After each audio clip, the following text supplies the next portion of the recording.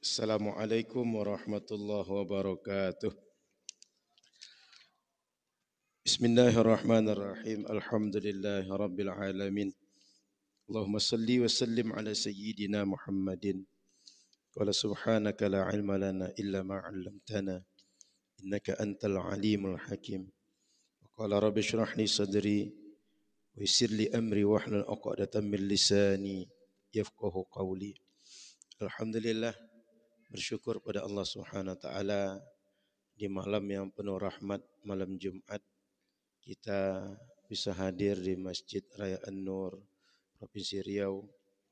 Mudah-mudahan duduk kita di tempat yang baik, di majlis yang baik, bersama orang-orang baik, menjadi sebab Allah tambahkan kebaikan dunia dan akhirat untuk kita, insya Allah.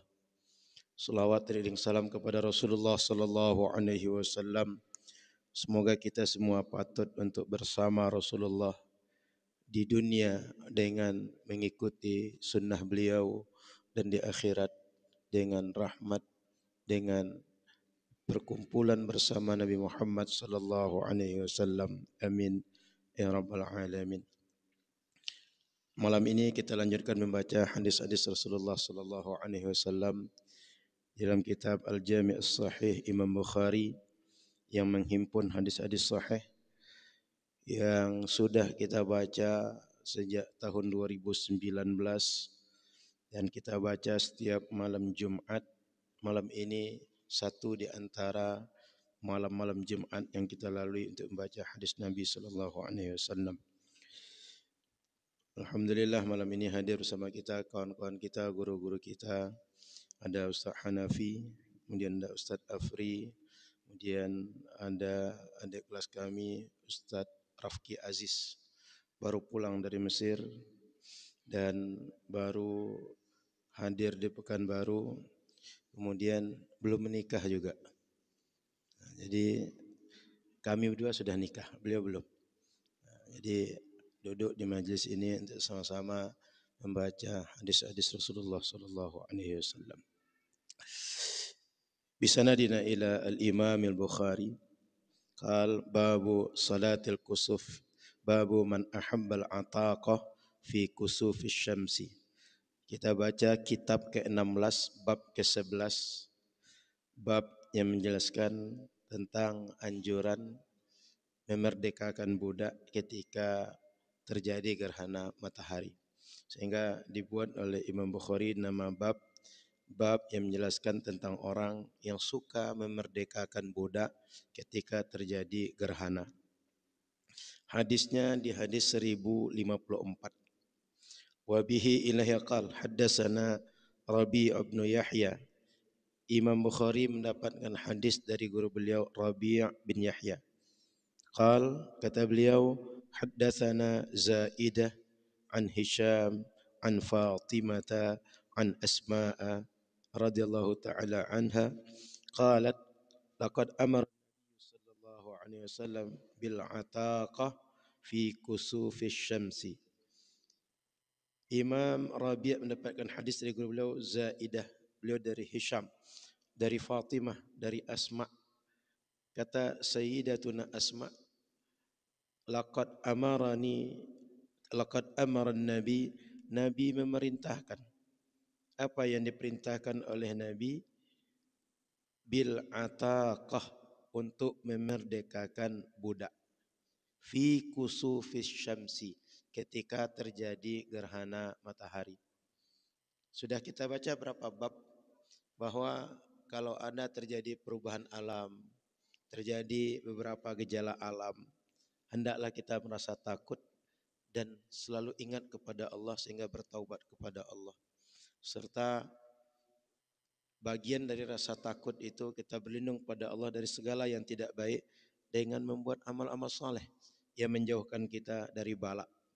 Di antara yang dianjurkan Rasul, amal saleh yang terbaik dibuat di zaman Rasul adalah al-ataqah, memerdekakan budak.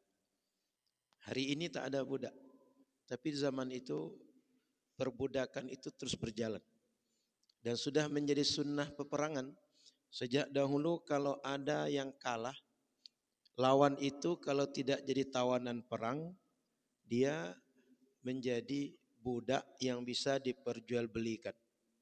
Maka budak-budak itu terus bertambah sebab peperangan tak berakhir. Yang sudah ada banyak. Tapi dengan rahmat Allah, perbudakan itu cepat berakhir. Sebab syariat kita menyukai agar manusia ini tidak diperbudak oleh manusia. Sehingga banyak kafarat dalam syariat kita, itu caranya dengan memerdekakan budak. Nah, ketika terjadi gerhana, sebagai upaya kita berlindung kepada Allah, berlindung dari kemarahan Allah Subhanahu wa taala, Nabi menganjurkan merdekakanlah budak. Bab yang ke-12.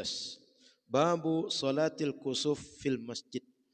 Bab yang menjelaskan tentang pelaksanaan salat gerhana di masjid.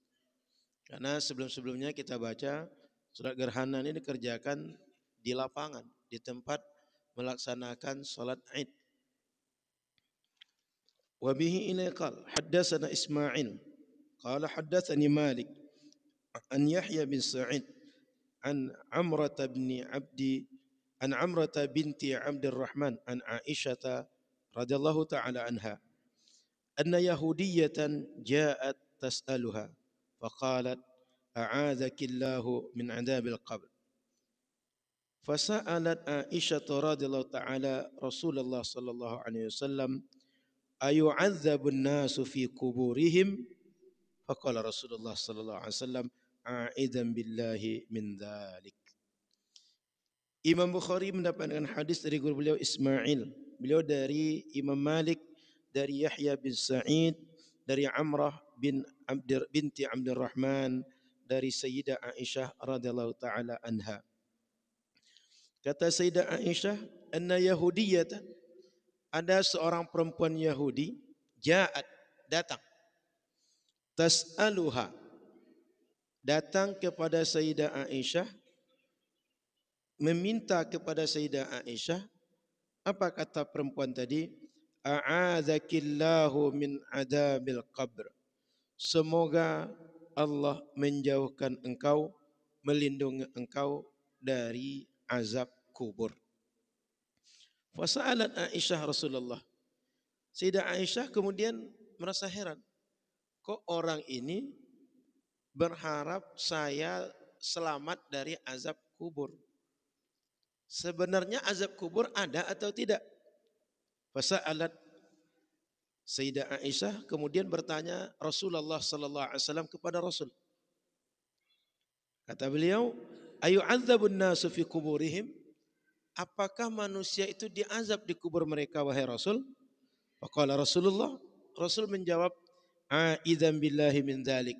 Rasul menjawab dengan berdoa kepada Allah agar selamat dari azab kubur yang ditanya itu. Maka kalau ada yang bertanya apakah ada azab kubur atau tidak, doa Nabi sebagai penjawab bahwa azab kubur itu ada. Nabi berdoa, Allahumma inni a'udzubika min fitnatil mahya wal mamat. Hadis 1056. Thumma rakiba Rasulullah sallallahu alaihi wasallam dzata ghadatin markaban. Kemudian Rasul menaiki tunggangan di siang hari. Setelah naiki tunggangan terjadi gerhana. Faraja'a duha. Lalu Rasul balik di waktu duha. Famarra Rasulullah sallallahu alaihi wasallam baina dhahranai al-hujar. Rasul lewat di beberapa uh, ruang, beberapa hujar. Thumma qal. Kemudian Nabi tegak untuk melaksanakan salat. Fasalla. Wa qama an-nas wara'ah. Dan sahabat-sahabat Nabi ikut salat di belakang Nabi, berjamaah bersama Nabi. Faqama qiyaman tawila. Di rakaat pertama, berdiri pertama, Nabi berdiri lama. Tsumma raka'a. Kemudian beliau rukuk. Ruku'an tawila. Rukuknya juga panjang, lama. Tsumma rafa'a faqama qiyaman tawila. Kemudian beliau berdiri untuk yang kedua, rakaat pertama, berdirinya juga agak panjang. Wa huwa dunal qiyamil awal. Tapi berdiri yang kedua ini lebih singkat dibanding yang pertama. Thumma raka'a ruku'an tawila. Beliau rukuk yang kedua, rukuknya juga panjang. Wa huwa duna ruku'il awal, tapi lebih singkat, lebih sebentar dibanding rukuk yang pertama. Thumma rafa'a, kemudian beliau i'tidal mengangkat kepala beliau. Fasajada sujudan tawila. Kemudian beliau sujud, sujudnya juga lama. Thumma qam, kemudian beliau berdiri untuk rakaat kedua. Faqama qiyaman tawila.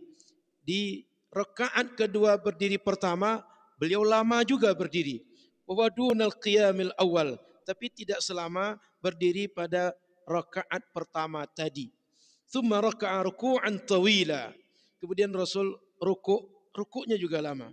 Wa huwa duna ruku'il awal, tapi tidak selama rukuk pada rakaat pertama tadi. Thumma rafa'a faqama qiyaman tawila. Kemudian beliau berdirinya juga lama, panjang. Wa huwa dunal qiyamil awal, tapi tidak selama berdiri pada rakaat pertama tadi. Thumma raka'a ruku'an tawila. Kemudian beliau rukuknya juga panjang. Wa huwa dunar ruku'il awal, tapi tidak selama rukuk pada rakaat pertama dan rukuk pertama pada rakaat kedua. Thumma sajada wa huwa dunas sujudil awal. Beliau sujud, tapi tidak selama sujud pada sujud yang pertama di rakaat pertama tadi. Thumma saraf. Selesai sujud, selesai rukuk, selesai berdiri, beliau menutup salat beliau. Faqala Rasulullah sallallahu alaihi wasallam, lalu kata Rasul sallallahu alaihi wasallam, "Masya Allahu ayyakul." Thumma amarahum ay yata'awwadhu min adabil qabr. Kemudian kata Rasul, Allah Subhanahu wa taala berkehendak untuk mengucapkan, memfirmankan apa yang Dia mau. Kemudian Rasul menyampaikan kepada sahabat, kalian semua berlindunglah kepada Allah dari azab kubur. Jadi hadis ini menjelaskan tentang adanya azab kubur yang pertama. Dibuktikan dari pertanyaan, kemudian jawaban Sayyidah Aisyah dan jawaban Rasulullah kepada Sayyidah Aisyah. Kemudian hadis ini menunjukkan Nabi melaksanakan salat gerhana. Kemudian ketika dikatakan famarra Rasulullah baina dha'ranil hujar, Rasul lewat di rumah-rumah istri beliau. Kenapa? Karena Rasul sedang menuju masjid. Sebab rumah-rumah daripada istri Nabi itu di sekeliling Masjid Nabawi. Maka ini menunjukkan Nabi SAW ketika berangkat melewati ruang-ruang atau kamar-kamar rumah daripada istri beliau, ini menuju tempat solat, yang tempat solat itu adalah masjid. Wallahu a'lam. Silakan Asatis menambahkan.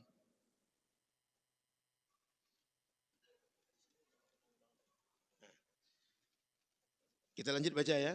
Hadis ini lebih banyak mengulang hadis-hadis sebelumnya. Oleh karena itu kita tambah bacaan hadis, nanti dijelaskan oleh para asatis. Babu la tankasifu syamsu li mauti ahadin wala li hayatih. Bab yang menjelaskan gerhana matahari dan gerhana bulan tidak terjadi sebab meninggalnya siapapun di antara kita, dan tidak terjadi karena lahirnya siapapun di antara kita.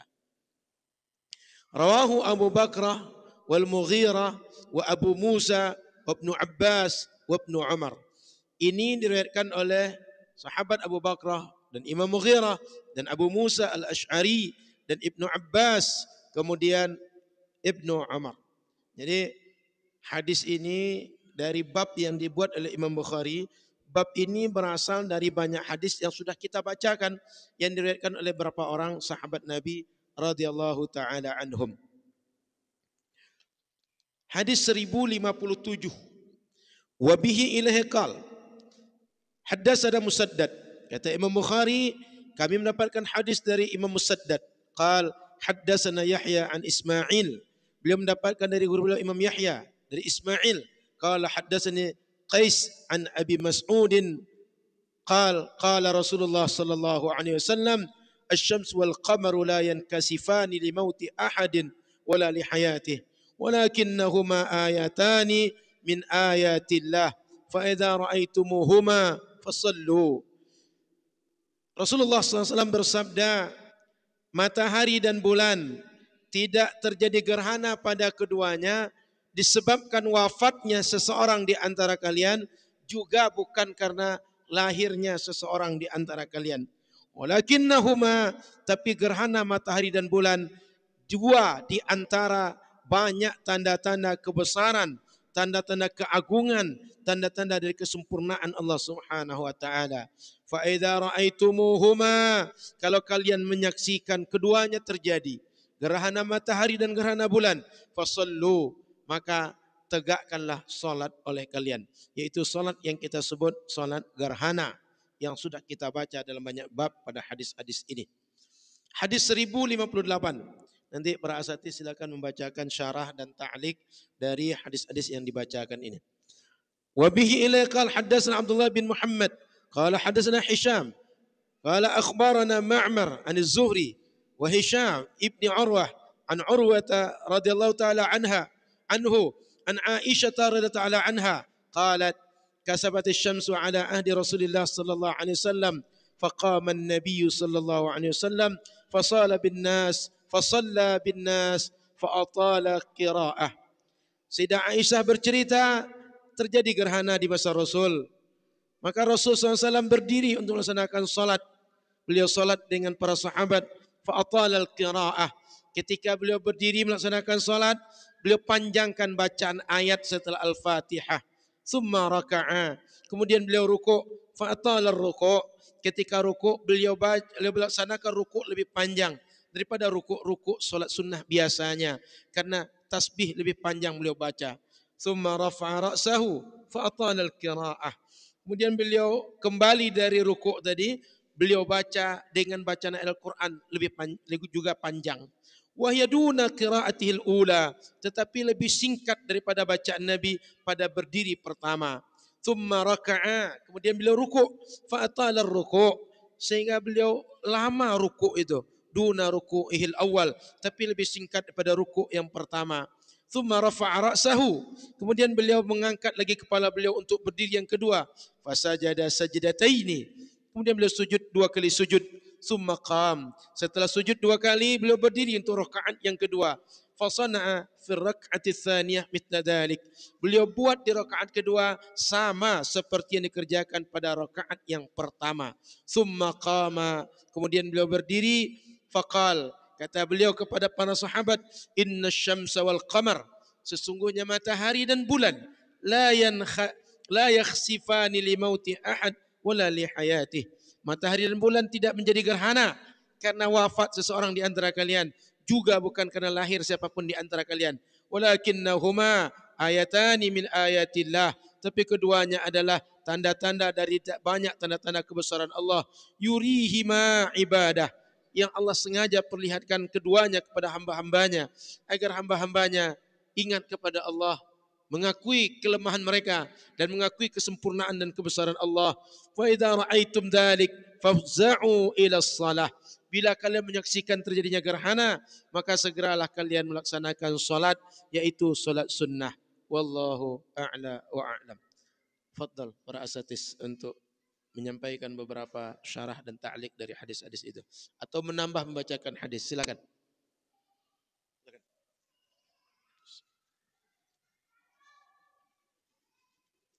Bismillah. Alhamdulillah, wassalatu wassalamu ala Rasulillah wa ala alihi wa ashabihi wa man tabi'ahudah, amma ba'd.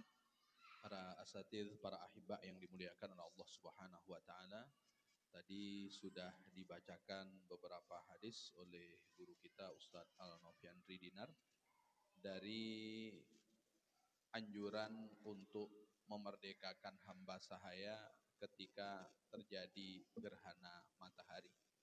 Tentu ini berlaku pada masa Rasul Shallallahu Alaihi Wasallam saat perbudakan itu masih ada. Untuk konteks kekinian, tentu memerdekakan hamba sahaya sebagaimana dahulu kala tidak ada. Tapi paling tidak banyak hal yang bisa kita lakukan untuk memerdekakan orang dari rasa lapar, untuk memerdekakan orang dari terlilit hutang dan kemudian lain sebagainya. Tapi kalau dulu tentu memerdekakan hamba sahaya dari status budak. Lalu kemudian di bab berikutnya babu sholatil kusufi fil masjid, bab sholat gerhana di masjid. Ini menarik, hadis eh, setelah bab ini dua hadis itu tidak ada keterangan bahwa Rasulullah Shallallahu Alaihi Wasallam sholat gerhana di dalam masjid secara teks. Tapi kemudian Imam Bukhari membuat judul Rasulullah Shallallahu Alaihi Wasallam sholat gerhana itu di masjid. Dari mana Imam Bukhari menjelaskan tentang dari hadis ini bisa disimpulkan, bisa diambil hukum bahwa Rasulullah Shallallahu Alaihi Wasallam sholat di masjid ini terkait dengan rumah-rumah ummahatul mukminin. Jadi rumah-rumah ummahatul mukminin termasuk rumah Sayyidah Aisyah radhiyallahu anha lasiqah bil masjid. Artinya menempel dengan masjid. Jadi kalau kemudian kita masuk ke Raudhah untuk bapak-bapak ketika kita menengok ke kiri, itu kan rumah Sayyidah Aisyah radhiyallahu anha, kamar Sayyidah Aisyah. Dan sekarang itu sudah include di dalam masjid. Dulu nempel dengan masjid. Berarti kalau rumah Sayyidah Aisyah nempel dengan masjid, berarti Rasulullah Shallallahu alaihi wasallam sholat gerhana itu di dalam masjid. Nah, itu diantara penjelasan Imam Ibnu Hajar al-Asqalani terkait dengan hadis yang dikutip oleh Imam Bukhari, meskipun secara tekstual tidak ada kalimat yang secara jelas tertulis bahwa di dalam masjid. Tapi ketika menjelaskan hujrah dari beberapa hujrah ummahatul mukminin karena nempel dengan masjid, berarti sholatnya Rasulullah Shallallahu Alaihi Wasallam di masjid. Ini di antara beberapa keterangan yang juga dijelaskan oleh Imam Ibnu Hajar al-Asqalani. Jadi ketika Rasulullah Shallallahu Alaihi Wasallam turun dari kendaraannya, pergi untuk melaksanakan sholat di tempat sholat, melewati beberapa kamar-kamar istri Rasul Shallallahu Alaihi Wasallam. Dan hujrah-hujrah istri-istri Rasulullah itu kan menempel dengan dinding masjid. Berarti Rasulullah turun dari kendaraan. Pertanyaannya kenapa Rasulullah Shallallahu Alaihi Wasallam turun dari kendaraan? Karena kaitannya dengan wafatnya putra beliau Ibrahim. Jadi gerhana itu terjadi ketika putra Rasulullah Shallallahu Alaihi Wasallam Ibrahim wafat, sehingga orang-orang mengira terjadinya gerhana itu karena meninggalnya putra Rasul Shallallahu Alaihi Wasallam. Lalu kemudian Rasulullah Shallallahu Alaihi Wasallam jelaskan bahwa terjadinya gerhana bukan karena lahirnya seseorang, terjadinya gerhana bukan juga karena wafatnya seseorang, tapi satu di antara sekian tanda akan maha kuasanya Allah Subhanahu wa taala. Ketika melihat gerhana itu, maka bergegaslah untuk kemudian melaksanakan sholat, bergegaslah untuk kemudian berzikir, dan kemudian lain sebagainya. Ini diantara penjelasan Imam Ibnu Hajar al-Asqalani tentang sholatnya Rasulullah Sallallahu Alaihi Wasallam gerhana di dalam masjid. Kalaulah tidak, tentu dijelaskan bahwa sholatnya Rasulullah Sallallahu Alaihi Wasallam di Sahra. Tapi dari beberapa redaksi ini menunjukkan sholatnya Rasulullah Sallallahu Alaihi Wasallam berada di masjid. Baik, saya bacakan bab yang ke-14, bab zikri fil kusufi. Bab zikir saat terjadi gerhana. Jadi saat terjadi gerhana dianjurkan untuk kemudian berzikir. Rawahu Ibnu Abbas. Ini diriwayatkan oleh Imam Ibnu Abbas dari baginda Rasul sallallahu alaihi wasallam, hadis yang sudah disebutkan sebelumnya dengan lafaz fadhkurullaha. Ketika terjadi gerhana, maka banyak-banyaklah berzikir kepada Allah Subhanahu wa taala. Wa bihi ilahi qal. Haddatsana Muhammad bin Ala. Kata Imam Bukhari bercerita kepada kami Muhammad bin Ala. Qala. Muhammad bin Ala berkata haddatsana Abu Usamah, bercerita kepada kami Abu Usamah an Buraid bin Abdullah, dari Buraid bin Abdullah, an Abi Burdata, dari Abi Burdah, an Abi Musa, dari Abi Musa radhiyallahu anhum qala, ia berkata khasafati syamsu, terjadi gerhana matahari, faqaman nabiyyu sallallahu alaihi wasallam fazian, lalu kemudian Rasulullah sallallahu alaihi wasallam berdiri dengan cepat, yahsya an takuna saah, khawatir, takut kalau kemudian akan terjadi kiamat.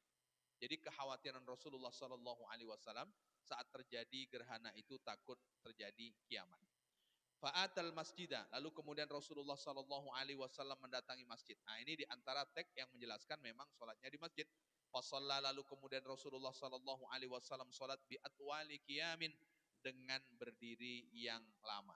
Jadi Rasulullah Shallallahu Alaihi Wasallam berdirinya cukup panjang, kurang lebih sebanding membaca surat Al-Baqarah. Warukuin wasujudin, lalu kemudian Rasulullah Shallallahu Alaihi Wasallam juga bukan hanya berdirinya yang lama, rukuknya juga panjang, sujudnya juga panjang. Ma ra'aituhu qattu yaf'aluhu. Aku tidak pernah sama sekali melihat Rasulullah Shallallahu Alaihi Wasallam melakukan sepanjang yang Rasulullah Shallallahu Alaihi Wasallam lakukan di sholat gerhana. Maknanya panjangnya berdiri Rasul Shallallahu Alaihi Wasallam, rukuknya, sujudnya itu hanya disaksikan oleh Abu Musa al-Asy'ari ketika dalam sholat gerhana. Wa qala hadhil ayah allati yursilullahu. Lalu kemudian kata baginda Rasul sallallahu alaihi wasallam, ini adalah tanda-tanda di mana tanda-tanda itu Allah Subhanahu wa taala mengutusnya. La takunu limauti ahadin, dan tanda gerhana ini bukan karena wafatnya seseorang, wala lihayatih, dan terjadinya gerhana itu bukan juga karena lahirnya seseorang, hidupnya seseorang. Walakin yukhawwifullahu biha ibadah. Dengan terjadinya gerhana ini, Allah Subhanahu wa taala ingin menakut-nakuti hambanya. Jadi Allah Subhanahu wa taala menakut-nakuti hambanya. Karena Allah ingin menakuti hambanya, fa idza raaitum syai'a, ketika engkau melihat sesuatu min dzalika, dari itu, fafza'u, maka bersegeralah, ila dzikrihi, berzikir kepada Allah, wa du'aihi, dan berdoa kepada Allah, wastighfarihi, dan beristighfar kepada Allah Subhanahu wa taala. Maka di dalam redaksi yang kemudian disebutkan oleh baginda Rasul sallallahu alaihi wasallam sebagaimana yang telah dikutip oleh Imam Bukhari, di antara zikir yang dianjurkan untuk diperbanyak ketika terjadi gerhana adalah banyak-banyak membaca istighfar. Kenapa perlu banyak-banyak membaca istighfar? Karena gerhana itu satu di antara tanda Allah memberikan peringatan kepada seorang hamba. Dan kalau seandainya umpamanya terjadi kiamat dan orang kemudian sudah beristighfar kepada Allah Subhanahu wa taala, maka termasuk orang-orang yang beruntung. Karena satu di antara yang Rasulullah Shallallahu alaihi wasallam kabarkan, tubaliman, beruntunglah bagi orang yang nanti dalam buku catatan amalnya di antara yang banyak tertulis adalah pahala istighfar. Wallahu a'lam. Silakan para asatidz yang ingin menambah.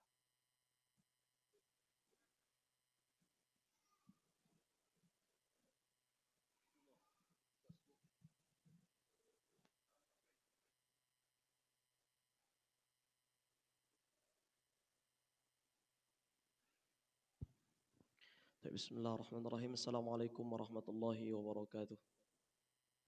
Alhamdulillahi rabbil alamin. Allahumma salli wa sallim ala sayyidina Muhammadin wa alihi wa sahbihi ajma'in. Para guru yang mulia, yang sama-sama kita junjung, kita muliakan, abang-abang, asatiz sekalian, hadis-hadis yang dibacakan oleh para guru kita tadi adalah hadis-hadis yang berulang, karena memang menyesuaikan dengan bab-bab yang telah disusun oleh Imam Al-Bukhari. Yang kesimpulannya kita ulangi bahwa salah satu salat sunnah yang dianjurkan karena sebab. Jadi ada salat sunnah itu dua dalam bab fikih. Ada salat sunnah yang memiliki waktu, ada salat sunnah yang karena sebab. Salat sunnah karena waktu contohnya salat sunnah qabliyah, salat sunnah ba'diyah, ya kan? Ini namanya salat sunnah dzatul awqat, an-nawafil li dzatil awqat. Salat sunnah yang memiliki waktu. Yang kedua, salat sunnah karena sebab. Karena terjadi sebab, maka kita salat sunnah. Karena kita masuk masjid, sebab masuk masjid dianjurkan untuk salat sunnah tahiyatul masjid. Karena terjadi gerhana matahari, karena terjadi gerhana bulan, dianjurkan salat sunat gerhana. Karena meminta hujan, karena panas saja tidak ada turun hujan, dianjurkan salat sunnah al-istisqa. Ini namanya salat sunat dzatul asbab. Bedanya adalah salat sunnah yang memiliki waktu, kata para ulama dianjurkan bahkan mengqadhanya.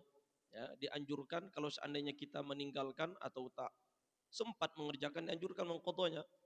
Rasulullah SAW mengqadha salat sunnah fajar bersama Bilal dengan para sahabat di peperangan Tabuk. Rasulullah SAW mengqadha salat ba'diyah zuhur ketika rombongan dari Abi Jais datang dan segala macam. Hadis-hadis menunjukkan bahwa Rasulullah mengqadha salat sunnah yang memiliki waktu. Adapun yang memiliki sebab ini tidak diqadha, dan karena tidak diqadha maka sangat dianjurkan karena waktunya itu akan cepat hilang. Seperti sholat sunat gerhana. Apalagi sholat sunat gerhana ini sebentar saja, ya kan? Kalau sudah terang maka tidak ada lagi. Kalau tidak ada sebab maka tidak ada lagi musababnya, maka tidak ada lagi sholatnya. Ini yang pertama. Yang kedua, kaifiyat tata cara sholat gerhana disebutkan oleh para ulama kita ada 3 cara. Pertama, tata cara yang paling minimal.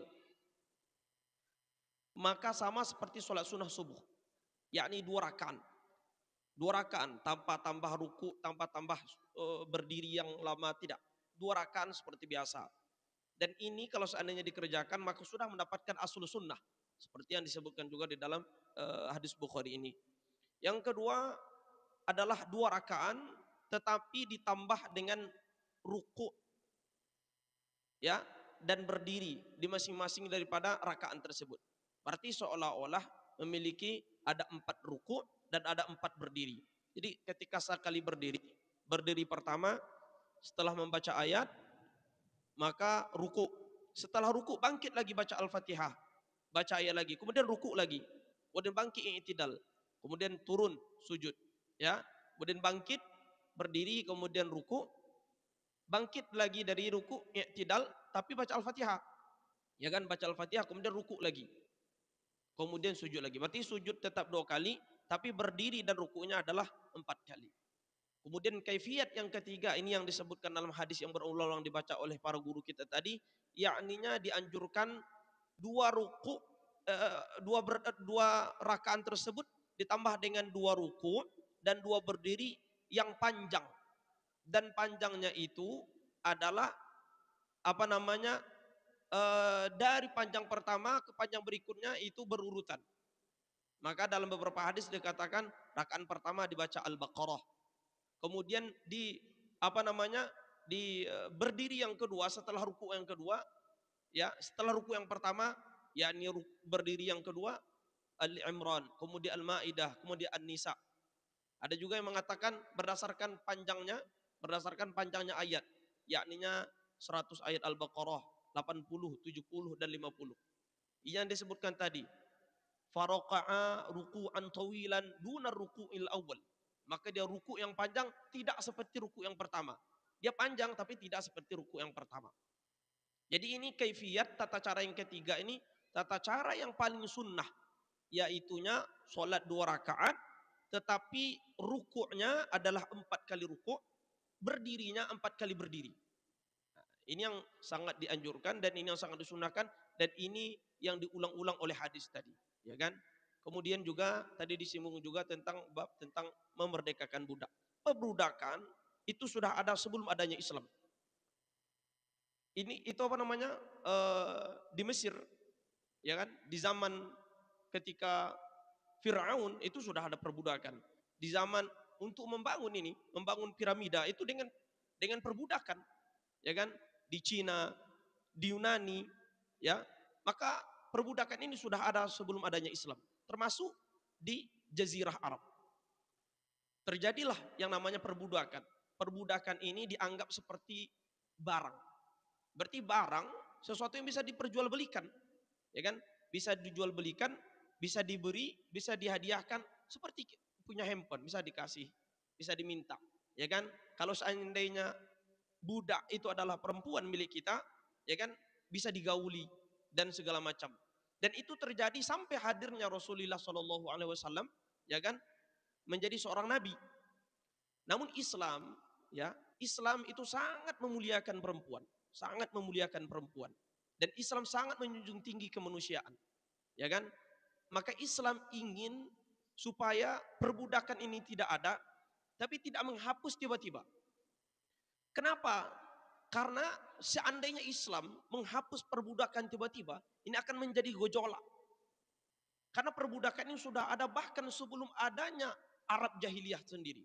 sudah ada di zaman Yunani kuno dan sebelumnya, Mesir kuno dan sebelumnya, zaman Qibtiyah dan sebelumnya, yang ini sudah berakar betul pada orang-orang ketika itu bahwa perbudakan ini mesti ada.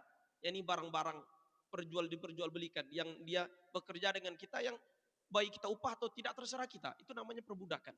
Sehingga akhirnya Islam dengan dengan rahmahnya, iman syafaqahnya Islam, maka dibuatlah hukum-hukum dalam Islam itu banyak yang kemudian menghapus perbudakan. Kalau seandainya seorang bersumpah, ya kan, kemudian dilanggar sumpah, maka merdekakan budak. Kalau seandainya umpamanya dalam masalah pembunuhan, merdekakan budak dan segala macam yang kemudian tujuannya adalah untuk mengurangi perbudakan. Yang akhirnya wallahu alam, alhamdulillah sekarang kita tidak menemui adanya perbudakan, ya kan? Wallahu alam. Itu kemudian tambahan sedikit dari kami.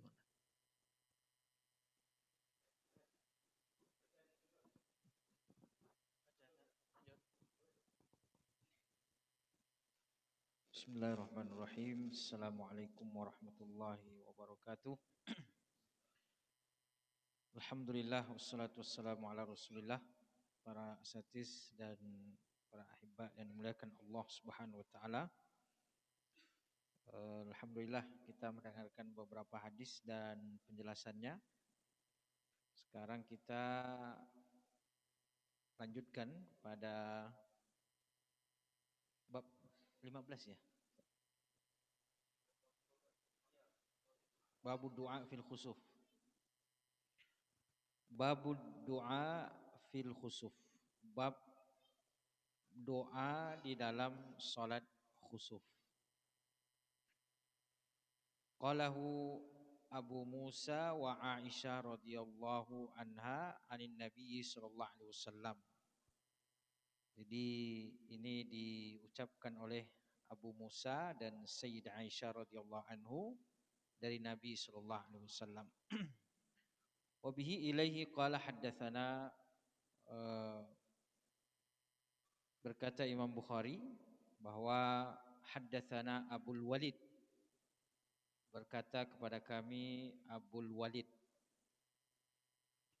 Qala, berkata haddatsana Zaidah, berkata kepada kami Zaidah. Qala, dan beliau berkata haddatsana Ziyad bin Ilaqah, dan berkata kepada kami Ziyad bin Ilaqah. Qala, beliau berkata sami'tul Mughirata bin Syu'bata yaqul, aku mendengar Al-Mughirah bin Syu'bah berkata, inkasafati syamsu yauma mata Ibrahimu, terjadi gerhana matahari pada hari di mana Ibrahim wafat. Maksudnya Ibrahim ini adalah putra Nabi sallallahu alaihi wasallam yang dari istri beliau Maryah Al-Qibtiyah. Itu salah seorang daripada perempuan yang dihadiahkan Nabi dari Mesir. Beliau melahirkan anak bernama Ibrahim. Meninggal wafat ketika masih kecil. Faqala an-nas, maka orang-orang berkata, inkasafat li mauti Ibrahim, bahwa terjadi gerhana karena wafatnya Ibrahim.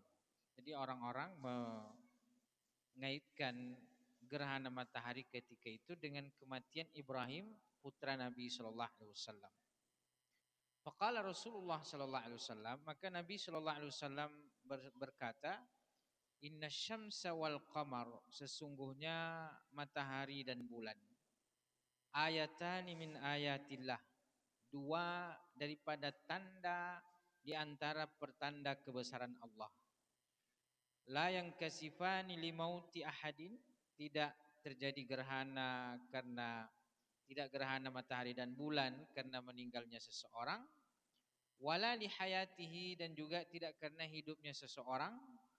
Fa idza ra'aitumuhuma, kalau melihat terjadi gerhana matahari dan bulan, fada'ullaha wa sallu hatta yanjaliya, berdoalah kepada Allah dan salatlah sampai kemudian berhenti gerhana baik matahari ataupun bulan.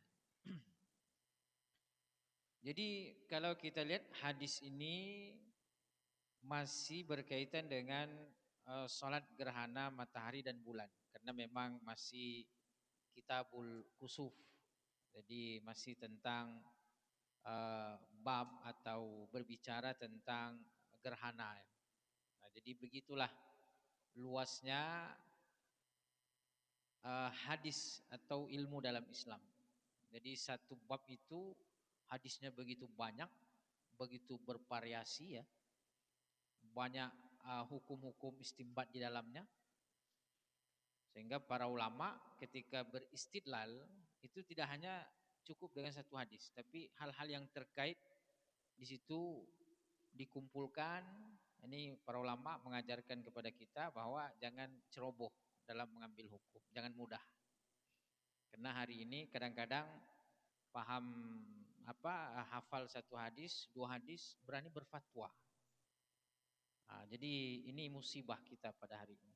Makanya terjadi banyak perdebatan karena sebab perdebatan itu adalah karena kebodohan sebenarnya. Jadi orang-orang yang menganggap dirinya sudah sudah dengan bekal yang sangat minim, kemudian berani mengambil seolah-olah seperti ulama. Ini bahaya, kita musibah pada hari ini. Nah, makanya guru-guru kita mengajarkan kepada kita kembali kepada para ulama. Kembali kepada para ulama. Nah, makanya kita perlu terus mengaji. Nah, maka alhamdulillah kita terus mengaji. Datang masyayikh-masyayikh dari Timur Tengah. Ini nanti ini insyaallah ada lagi guru kita di YTWU insyaallah. Kiai muridnya Syekh Yasin Al-Fadani. Kita mengaji, jadi terus mengaji gitu. Kenapa? Karena ilmu begitu luas. Coba nih satu terkait dengan khusus saja itu dikumpulkan oleh Imam Bukhari, hadis-hadis terkait, dan di situ begitu banyak hukum-hukum yang dibicarakan, diistimbat. Termasuk dalam hadis ini tentang doa. Padahal hadis sebelumnya itu sudah dibahas bahwa bagaimana Nabi tata caranya. Nah, kemudian di sini tentang doanya lagi. Jadi diambil diambil hukum oleh para ulama, termasuk diantaranya di sini Imam Bukhari. Nah, dalam hadis ini apa? Tentang perintah untuk berdoa. Kalau melihat maka berdoalah. Walaupun secara spesifik doanya itu tidak disebutkan gitu. Bahwa ini doanya, tapi bisa jadi dalam riwayat-riwayat lain mungkin ada doanya. Nah, di sini hanya perintah bersifat umum ya. Fad'ullaha. Kalau melihat gerhana maka berdoalah. Ada perintah di situ berdoa. Nah, memang terkait dengan ibadah doa ini makanya para ulama mengatakan bahwa ya doa itu termasuk daripada yang disyariatkan secara umum. Ada yang sifatnya spesifik. Nabi berdoa misalnya di sholat istisqa, sebelumnya kita bahas ya di pembahasan tentang istisqa. Nabi berdoa di situ, Nabi mengangkat tangan, ya kan? Tinggi berdoa. Itu spesifik kan? Lalu kemudian para ulama mengatakan ya berdoa mengangkat tangan tidak hanya di sholat istisqa, tapi boleh di setiap berdoa. Ada yang sempit, hanya mengambil ya berdoa boleh mengangkat tangan hanya di sholat istisqa karena itu yang ada riwayatnya. Selain daripada itu menjadi bid'ah. Nah, maka para ulama kita luar biasa tentang bagaimana memahami hadis melalui kaidah-kaidah usul fikih misalnya, ilmu-ilmu alat. Nah, jadi maka di sini doa itu perintah bersifat umum saja. Fada'ullah. Jadi ketika terjadi gerhana matahari dan bulan, intinya kita diperintahkan berdoa. Doanya apa? Ya terserah. Mau doa makan ya silahkan saja kan gitu. Mau doa menikah ya kalau waktunya menikah. Siapa tahu dia menikah pas dia mau, tapi masa ia mikirkan nikah pas waktu gerhana ya kan? Kalau gerhana kayaknya berdoa husnul khotimah gitu ya. Berdoa terkait dengan kebaikan dunia dan akhirat.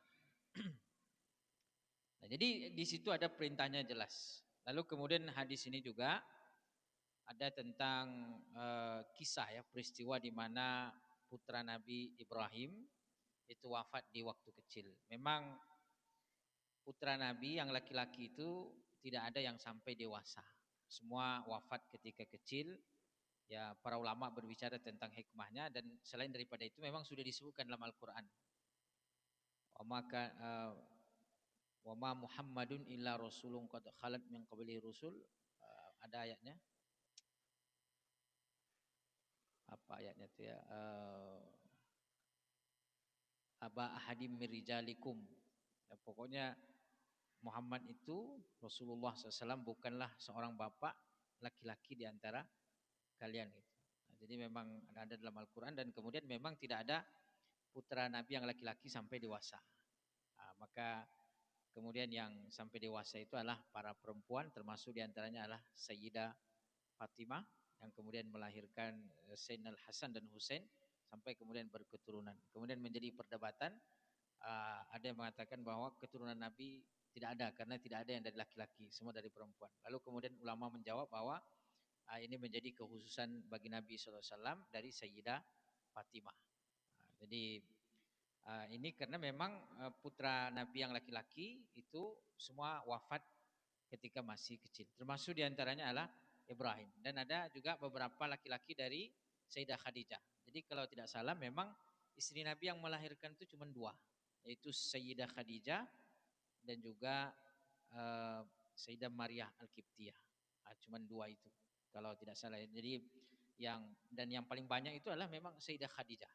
Makanya Nabi SAW itu selalu mengenang jasa-jasa kebaikan Sayyidah Khadijah. Kemudian Sayyidah Maryah Al-Qibtiyah ini dari Mesir.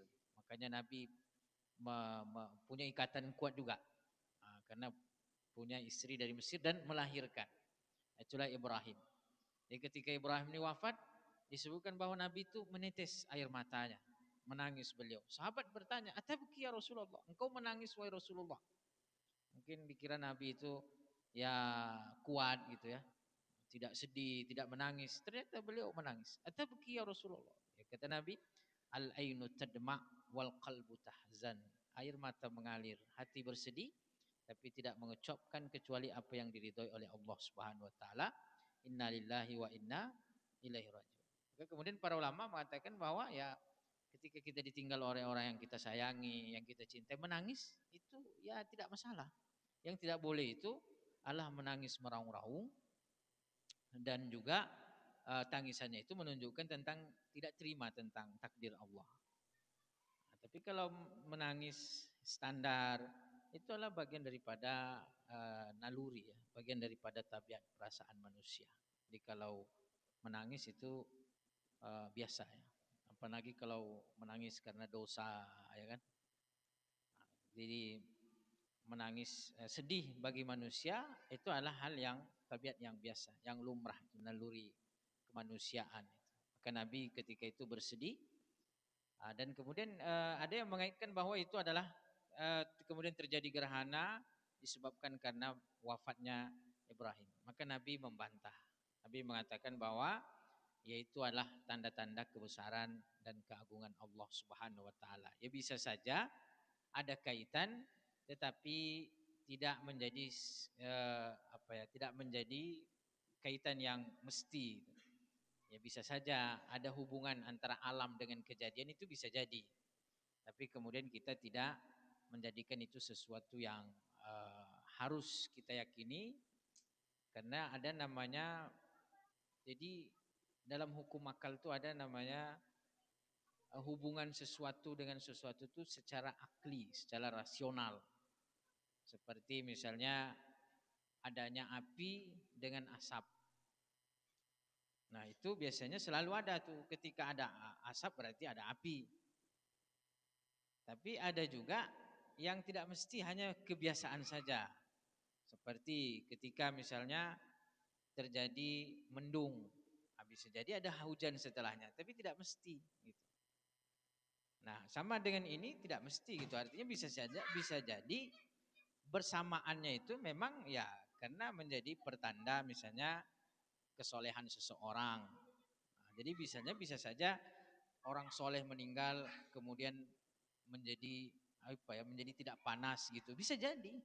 Karena mungkin karomahnya, kesolehannya itu bisa jadi. Tapi mengaitkannya secara pasti itu yang tidak boleh. Tapi kemungkinan itu bisa jadi gitu. Dan yang dibantah oleh Nabi Shallallahu Alaihi Wasallam itu adalah mengaitkan secara pasti. Itu yang dibantah. Adapun terkadang ketika orang baik meninggal atau wafat, memang ada kejadian-kejadian yang mana itu bisa jadi menunjukkan sebagai tanda-tanda kesolehannya, sebagai tanda-tanda kebaikannya. Dan dalam hadis lain kan juga disebutkan bahwa ketika orang soleh meninggal, orang baik meninggal itu bakat alaihimus sama wal ard, ditangisi oleh langit dan bumi. Gitu. Orang soleh kalau meninggal, ini yang rajin mengaji ini, kalau meninggal, mudah-mudahan masih lama umur kita ya. Ini kalau meninggal itu yang tempat diduduk itu menangis dia nanti. Ini kalau nggak datang itu menangis. Bakat alaihimus sama wal ard. Dan itu bisa jadi nyata bagi orang-orang yang hijabnya terbuka. Maksudnya itu bisa melihat langit dan bumi itu menangis. Tapi ini agak khurafat dikit. Jadi apa namanya, orang-orang mukmin meninggal ditangisi oleh langit dan bumi. Bahkan disebutkan selama 40 hari. Jadi bisa jadi ada kaitan, tetapi kaitan itu adalah kaitan adi saja. Artinya bisa jadi tidak, bisa jadi iya. Karena kan adanya mukjizat, adanya karomah. Nah, maka yang diingkari oleh Nabi SAW itu adalah mengaitkan secara pasti. Artinya tidak boleh kita mengaitkan sesuatu dengan sesuatu secara pasti selagi itu tidak berkaitan dengan akal ya. Memang ada yang tidak bisa dipisahkan. Ya, seperti tadi bahwa eh, dalam kajian mantik atau akidah ada namanya hubungan sebab akibat itu yang tidak bisa dipisah. Nah, namanya akli ya. Jadi hukum akli yang saling terkait. Nah, makanya seperti misalnya adanya alam ini pasti menunjukkan adanya pencipta. Itu hukum akli, tidak bisa dipisahkan. Tidak mungkin adanya alam ini, tidak mungkin adanya alam tanpa ada pencipta, itu harus ada. Maka terbantahlah teori-teori Big Bang misalnya, dimulai dari ledakan besar. Tidak mungkin. Nah, maka ada hubungan sebab akibat itu, hubungannya itu disebut dengan akli dia. Kalau akli berarti tidak bisa dipisah. Harus begitu dia. Sama dengan ketika kita pakai cincin, ketika cincin bergerak otomatis tangan itu bergerak. Tidak mungkin bisa dipisah itu. Pasti itu. Hubungannya hubungan illa ma'lul namanya. Tapi ada yang adi tadi. Seperti misalnya ya burung gagak biasanya hitam. Biasanya kan. Tapi kalau ada burung gagak yang putih, mungkin enggak? Ya mungkin saja. Tidak mesti, ya memang secara tabiat itu, secara realita memang selalu hitam. Tapi tidak menutup kemungkinan bahwa bisa menjadi putih. Nah, makanya disitulah pentingnya ilmu-ilmu logika itu juga di situ. Karena para ulama kita menjadikan ilmu mantik itu salah satu ilmu yang penting untuk dipelajari untuk memahami daripada nas-nas Al-Quran dan hadis-hadis Nabi Sallallahu Alaihi Wasallam. Bukan menghakimi ya, tapi memahami bagi kita. Dan itu yang dicontohkan oleh para ulama. Wallahu taala a'lam wa alam. Assalamualaikum warahmatullahi wabarakatuh.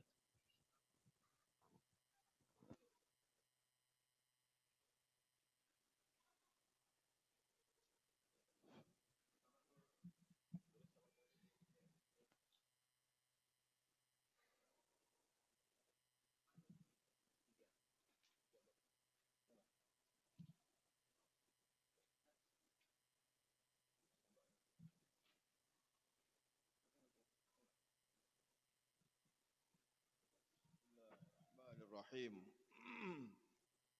Alhamdulillahi Rabbil Alamin. Allahumma salli ala Sayyidina Muhammadin. Babu qaulil imami fi khutbatil kusufi amma ba'du. Bab ke-16, bab tentang perkataan si imam dalam khutbah gerhana matahari amma ba'du. Jadi ini berkaitan dengan membaca ataupun menyebutkan amma ba'du dalam khutbah. Kalau tak salah nanti sebelum ini dalam pembahasan khutbah Jumat ada juga tentang membahas tentang kalimat amma ba'du ini. Saya baca hadis saja biar cepat kita tamatkan tentang bab bab ini, nanti ditaklik lagi oleh para asatiz. Imam Bukhari mendapatkan hadis ke-1061. Wa qala Abu Usamata haddatsana Hisyamun, berkata Abu Usama bahwa mereka mendapatkan hadis dari Hisham. Hisham qala mengatakan akhbaratni Fatimatu bintul Munzir. Hisham mengatakan bahwa meriwayatkan kepadaku Fatimah binti Munzir an Asma dari Asma. Asma berkata, fansarafa Rasulullah sallallahu alaihi wasallam. Ini hadis sepertinya hadis penggalan dari hadis yang panjang. Lalu berpalinglah Rasulullah sallallahu alaihi wasallam selesai daripada solat. Wa qad tajallati syamsu, matahari pun sudah tersingkap dari gerhananya. Fa khataba, lalu Nabi sallallahu alaihi wasallam berkhutbah. Fahamidallaha, lalu Nabi bertahmid memuji Allah bima huwa ahlu. Summa qala, kemudian Nabi berkata amma ba'du. Jadi ini hadis ini secara khusus menerangkan tentang anjuran membaca amma ba'du di dalam khutbah gerhana. Berikutnya bab ke-17, babus salati fi kusufil qamari. Bab salat di gerhana bulan. Sebelumnya kita banyak berbicara tentang gerhana matahari. Kali ini secara khusus tentang salat pada gerhana bulan. Imam Bukhari mengatakan haddatsana Mahmud, bahwa Imam Bukhari mendapatkan hadis dari Mahmud. Qala, Mahmud berkata haddatsana Sa'ib bin Amirin, bahwa Mahmud mendapatkan hadis dari Sa'id bin Amir, an Syu'bata dari Syu'bah, an Yunusa dari Yunus, anil Hasan an Abi Bakrah dari Hasan dari Abi Bakrah radhiyallahu taala anhu.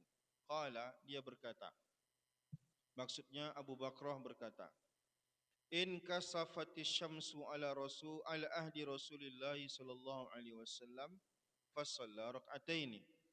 Terjadi gerhana matahari pada masa Rasulullah sallallahu alaihi wasallam, maka Rasulullah salat 2 rakaat. Nah, hadis 1063. Imam Bukhari mendapatkan hadis dari Abu Ma'mar. Abu Ma'mar mengatakan haddatsana Abdul Waris. Mereka mendapatkan hadis dari Abdul Waris. Abdul Waris berkata haddatsana Yunus anil Hasan. Mereka mendapatkan hadis dari Yunus dari Hasan an Abi Bakrah, juga dari Abi Bakrah. Abi Bakrah berkata khasafatis syamsu, terjadi gerhana matahari ala ahdi Rasulullah sallallahu alaihi wasallam, pada masa Rasulullah sallallahu alaihi wasallam. Fa kharaja, lalu Rasulullah pun keluar, yajurru ridaahu, menjulurkan ridaknya, selendangnya. Hatta intaha ilal masjid, sampai Rasulullah sallallahu alaihi wasallam ke masjid. Wasaban nasu ilaihi. Apa tisabah? Tisabah ya sudah. Apa tisabah? Ada keterangan yang tidak di situ.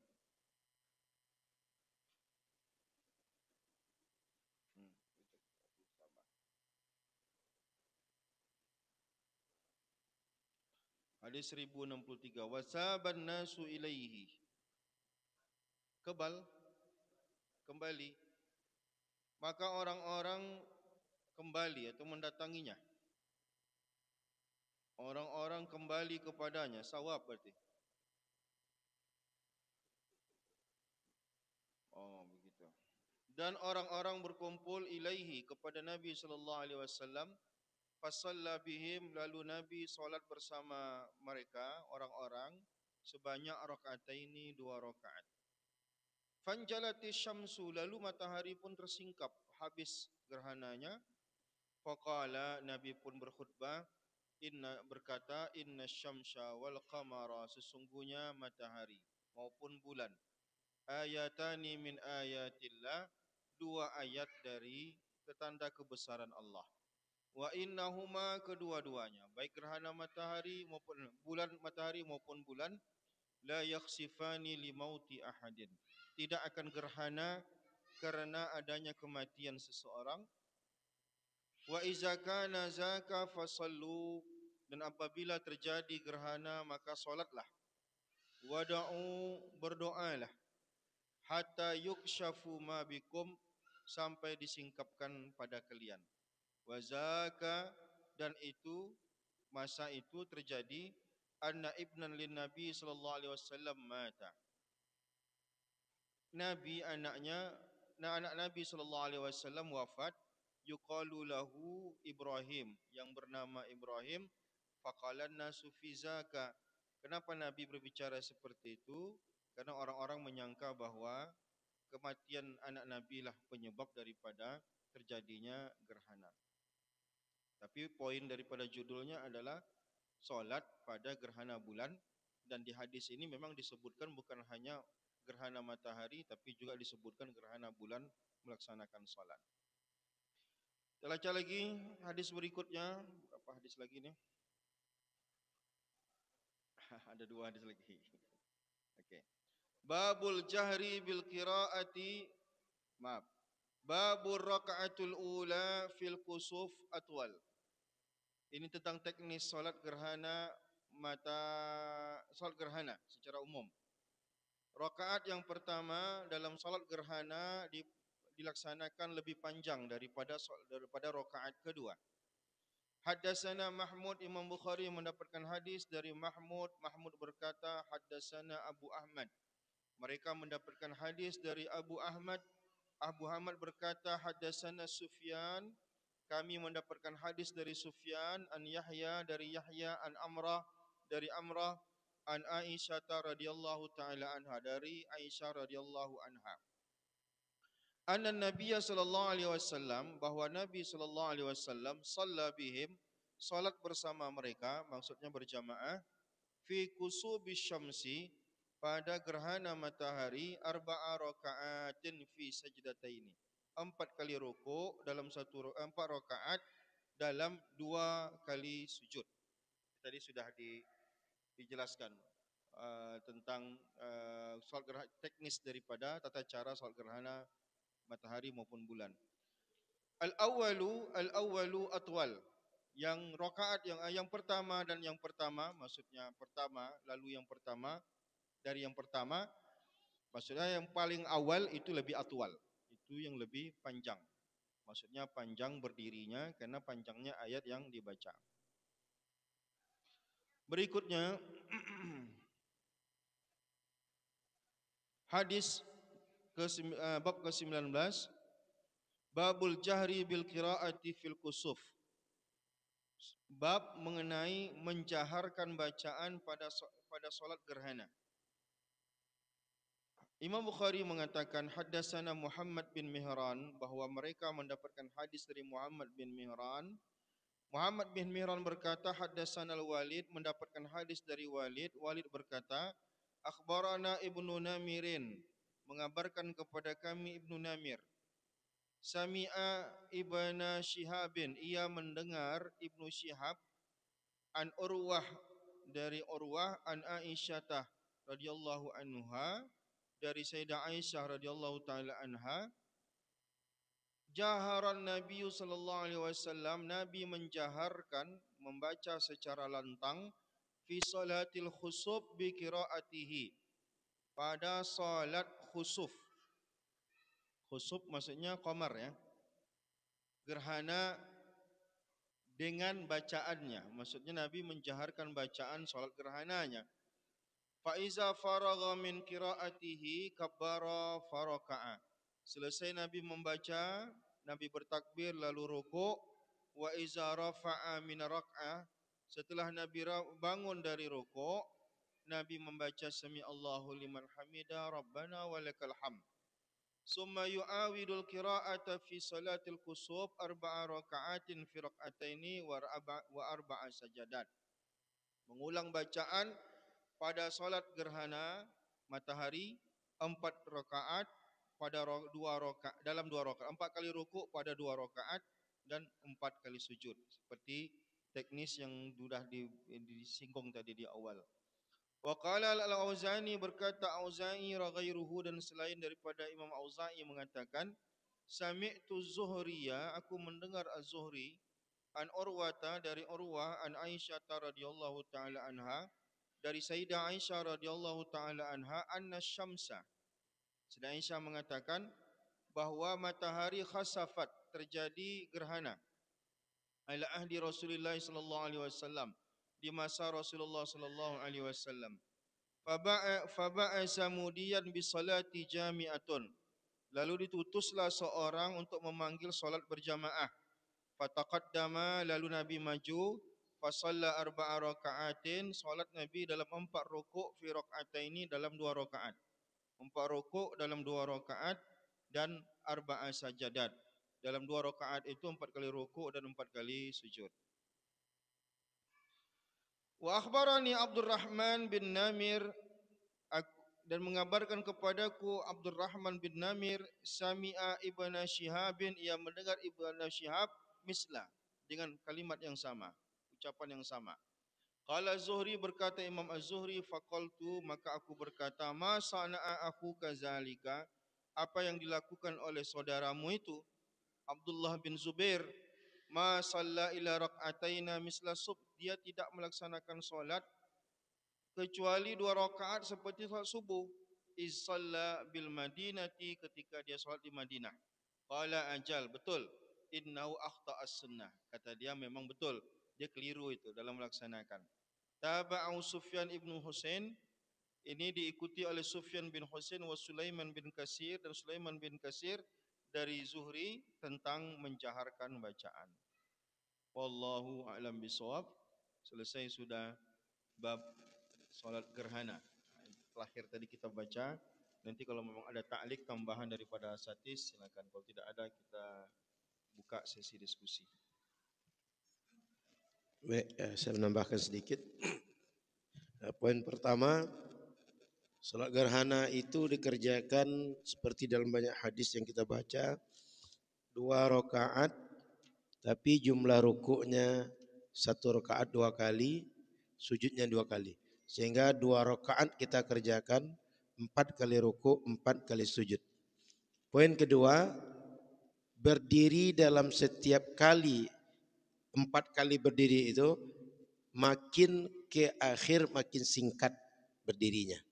Artinya yang awal panjang, yang kedua kurang panjang dari yang pertama, yang ketiga kurang panjang dari yang kedua, begitu sampai ke akhir. Sehingga derajat atau durasi waktu panjang baca ayat makin lama makin singkat. Begitu juga dengan rukuk dan sujudnya. Makin ke ujung makin singkat durasinya. Poin yang ketiga, solat gerhana ini dikerjakan juga di masjid. Poin yang keempat, solat gerhana ini dikerjakan juga berjamaah. Poin yang kelima, solat gerhana ini dikerjakan dengan bacaan jahar. Seperti dalam hadis yang kita baca. Kemudian poin yang keenam, ini sempat dijelaskan agak detail oleh Ustaz Afri. Solat gerhana itu bisa juga dibuat seperti 2 rakaat solat sunnah pada umumnya. 2 rakaat tahiyatul masjid, 2 rakaat qabliyah dan ba'diyah, tanpa 2 kali rukuk dan sujud pada setiap rakaatnya. Nah, itulah tadi ada yang mengerjakan seperti 2 rakaat solat subuh saja. Itu ada kemungkinan satu, sebelum dijelaskan kaifiat salat gerhana, 1 kali berdiri, 2 kali rukuk, 2 kali sujud. Kemungkinan lain, ini dikerjakan adalah mengikut dengan yang umum melaksanakan sholat sunnah, tidak yang paling sempurnanya. Yang ketiga, ada kemungkinan yang mengerjakan dengan cara ini belum dapat informasi bahwa kaifiat salat khusuf seperti yang kita baca dalam hadis-hadis sebelumnya, 2 kali berdiri dan setiap berdiri 2 kali rukuk dan 2 kali sujud. Jadi kalau kita tengok sangat banyak hadis tentang salat gerhana ini dan menjelaskan berapa kali berdiri dan rukuknya dan sujudnya. Sehingga yang dijelaskan oleh para ulama dalam fikih, dasar hadisnya sangat kuat dan itu dalam Sahih Bukhari. Wallahu a'lam. Silakan Asatidz.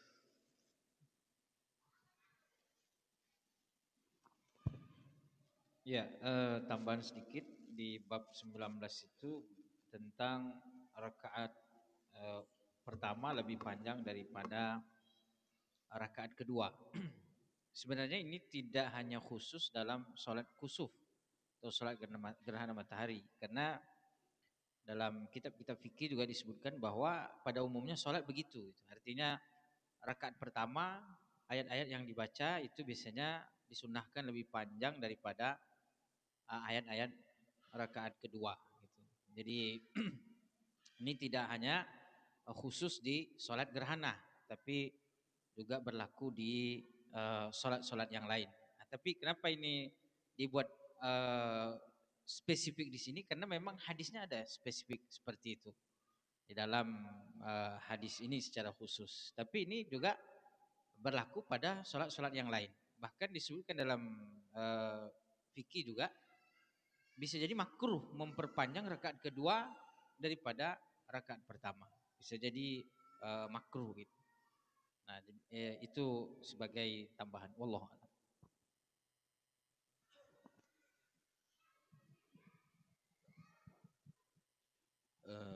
Sedikit tambahan terkait dengan hadis yang ke-1059 terkait dengan bahwa ketika bersegera melaksanakan sholat karena takut akan terjadi kiamat, ini ada beberapa keterangan bahwa di antara takut terjadi kiamat sebelum Rasulullah SAW menyampaikan hadis-hadis tentang ciri-ciri sebelum kiamat besar itu terjadi, seperti keluarnya Ya'jud Ma'jud, lalu kemudian Dajjal dan lain sebagainya.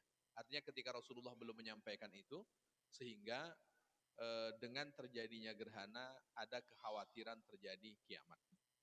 Itu diantaranya. Kemungkinan berikutnya bahwa rasa takut itu lumrah, sebagaimana ketika ada angin bertiup kencang. Kan biasanya muncul rasa takut. Karena gerhana itu tidak nampak balak yang terjadi setelah gerhana, sementara dengan angin lebih banyak yang kemudian terjadi. Artinya rasa takut itu sebagaimana rasa takut ketika angin berhembus. Jadi ketika angin berhembus, maka kemudian muncul rasa takut. Lalu kemudian ada kemungkinan yang berikutnya bahwa yang dimaksud kiamat itu termasuk ketika wafatnya Rasulullah SAW juga dianggap seperti kiamat. Artinya tidak kiamat seperti kiamat yang berakhirnya dunia. Kemudian selanjutnya, kenapa di sini dianjurkan untuk kemudian beristighfar? Di antara penjelasan Imam Ibnu Hajar al-Asqalani, wa fihi nadbu ilal istighfari, bahwa ketika terjadi di gerhana disunnahkan untuk beristighfar dan juga zikir-zikir yang lainnya, li'annahu mimma yadfa'u bihil bala, karena di antara keistimewaan istighfar itu bisa menolak bala. Jadi di antara hal yang bisa menolak bala dalam bentuk zikir adalah beristighfar. Makanya ketika Allah Subhanahu wa taala menyuruh istaghfiru rabbakum innahu kana ghaffara yursilis samaa'a 'alaikum midrara wa yumdidukum bi amwali wa banin. Dan di antara bala itu ketika lama tidak turun hujan, maka anjurannya untuk kemudian memperbanyak istighfar. Ini di antara kenapa di dalam gerhana itu dianjurkan beristighfar untuk menolak bala. Wallahu a'lam.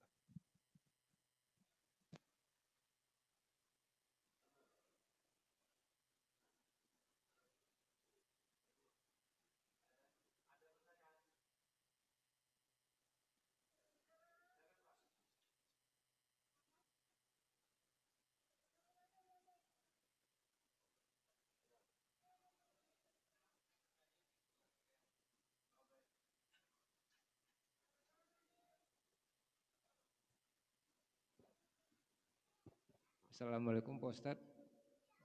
Ini Ana mohon maaf mau bertanya di luar topik tadi Pak Ustadz ya. Ya, ini tentang bertabaruk dan barokah gitu Ustadz. Terus tawasul dengan wasilah itu aja Pak Ustadz. Assalamualaikum warahmatullahi wabarakatuh.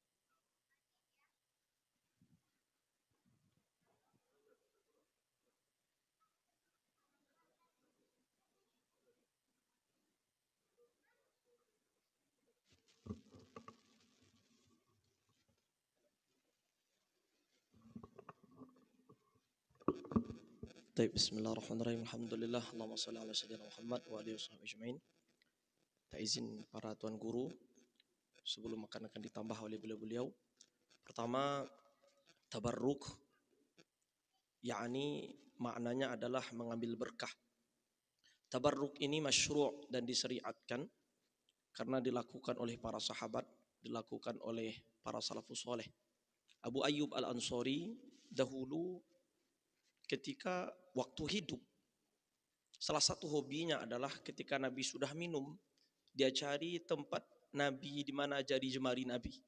Jadi tengoknya jari jemari Nabi dan ditengoknya Rasulullah SAW mana tempat bibir Nabi, kemudian dia minum dari situ untuk tujuan bertabarruk.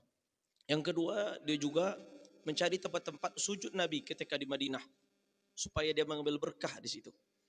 Yang ketiga, Khalid bin Walid, salah satu panglima perang. Khalid bin Walid ini subhanallah digelar dengan siapa gelarnya? Saifullah, pedang Allah. Tidak ada perperangan yang dia pimpin melainkan akan menang. Itu Khalid bin Walid. Khalid bin Walid suatu kali ketika akan berperang, gelabah, tengok kasat kusut kanan kiri, ada apa Khalid bin Walid? Ya kan? Ternyata dia sedang mencari peci berperangnya. Jadi kan ada peci perang, ya kan, untuk kepala. Banyak ini peci, kenapa engkau cari? Kata Khalid bin Walid, ternyata di situ ada rambut Rasulullah SAW. Ternyata Khalid ini punya jimatnya rambut Rasulullah SAW. Yakni beliau bertabarruk dengan rambut Rasulullah SAW. Ya kan? Bertabarruk dengan rambut Rasulullah SAW. Kemudian dalil berikutnya, ya kan? Ini dalil tabarruk juga. Kemudian dalil istighatsah juga. Datanglah orang-orang kepada Ibunda Aisyah radhiyallahu taala. Banyak hadis sebelumnya, hadis diantaranya datanglah orang-orang kepada Ibunda Aisyah. Ibunda Aisyah, hadis riwayat Imam Bukhari. Datang kepada Ibunda Aisyah. Sekarang kami sudah merasakan musim kemarau yang lama sekali. Jadi hewan-hewan sudah pada kurus, ya kan, rumputan kering, air sudah kering. Bagaimana ini wahai Sayyidah Aisyah, ibunda? Maka kata Sayyidah Aisyah, ya kan, pergilah engkau kepada makam Rasulullah SAW, bukalah khawkhah antara makam Rasulullah dengan langit. Jadi jangan buat perantara. Jadi dibuatlah ketika itu oleh para sahabat semacam jendela yang akhirnya langit langsung melihat makam dan kuburan Rasulullah SAW. Kemudian setelah itu terjadilah awan mengumpul, akhirnya turun hujan. Saking turunnya hujan, bagusnya turun hujan, suburlah ketika itu. Maka dalam sejarah, karena saking suburnya, hewan-hewan kemudian makin gemuk, kemudian air susunya banyak.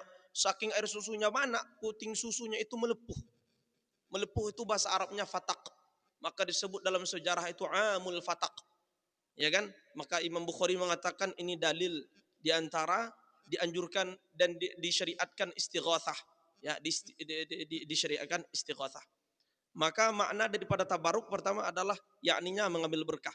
Maka kata Imam Ibnu Hajar setelah mengomentari beberapa hadis yang kita baca tadi, bahwa dari sana dianjurkan kita bertabaruk, ya, dengan asar orang-orang soleh, dengan asar orang-orang soleh, apapun itu, ya kan, maka dianjurkan bertabaruk dengan asar orang soleh. Itu kemudian yang bisa kami jawab, kemudian dilanjutkan oleh para asatidz.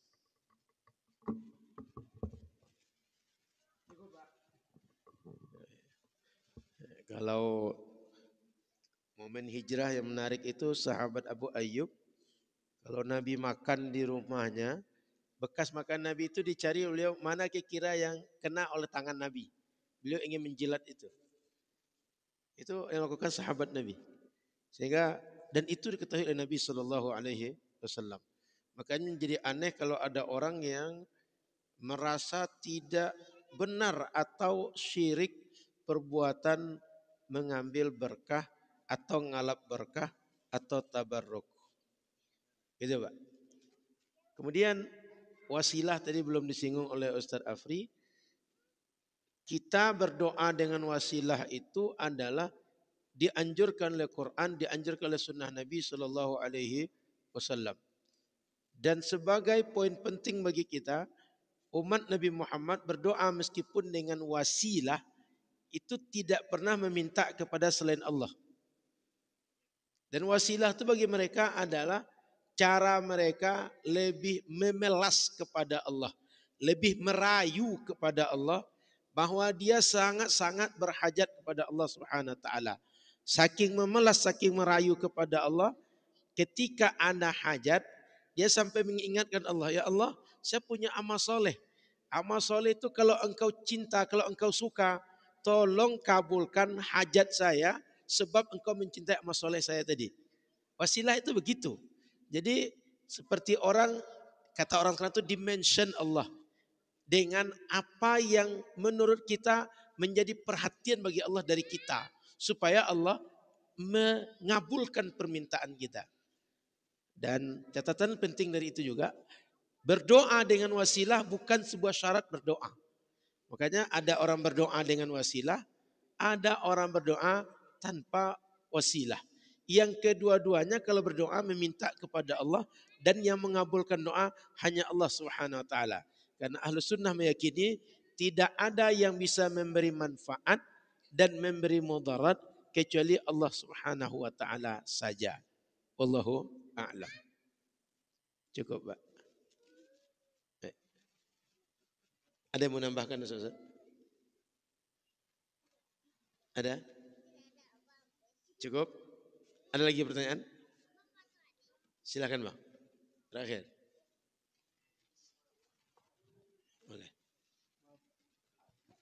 Apa hukumnya kredit barang dan bonus seperti kayak bergabung menabung di aplikasi gitu, Ustaz. Cashback gitu yang sekarang, Ustaz. Itu aja, Ustaz. Terima kasih, Ustaz. Assalamualaikum Kredit warahmatullahi barang itu maksudnya seperti Kredit apa, Bang? barang seperti kredit kendaraan ataupun yang lainnya, Ustaz. Artinya kita membeli barang dengan pola kredit. Pola kredit dan bagaimana yang sesuai syariat. Dan bagaimana yang sesuai syariat. Yang kedua, kita Menerima cashback dengan aplikasi dengan syarat menabung di aplikasi atau aplikasi lainnya. Amin. Ustaz Abdullah, silakan Ustaz. Terima kasih.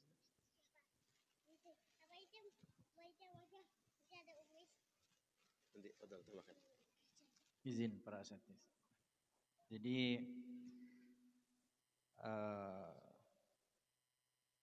mungkin nanti bisa ditambahkan para asatidz.